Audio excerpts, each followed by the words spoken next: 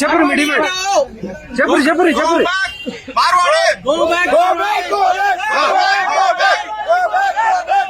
ఏమన్నా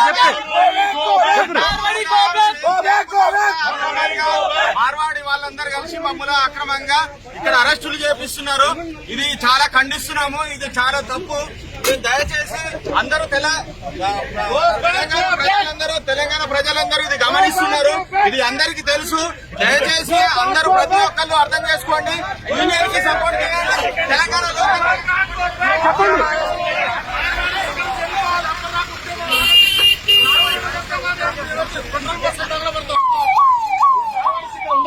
నల్లగొండలు ఉండనే ఉండద్దు. హోల్సేల్ చేసుకుంటారా చేసుకోవాలి. లేకుంటే పెట్రోల్ బస్సు తగలబెడతాం. పోలీస్ స్టేషన్ ఉండాలి. పోలీసు తగలబెడుతున్నాం.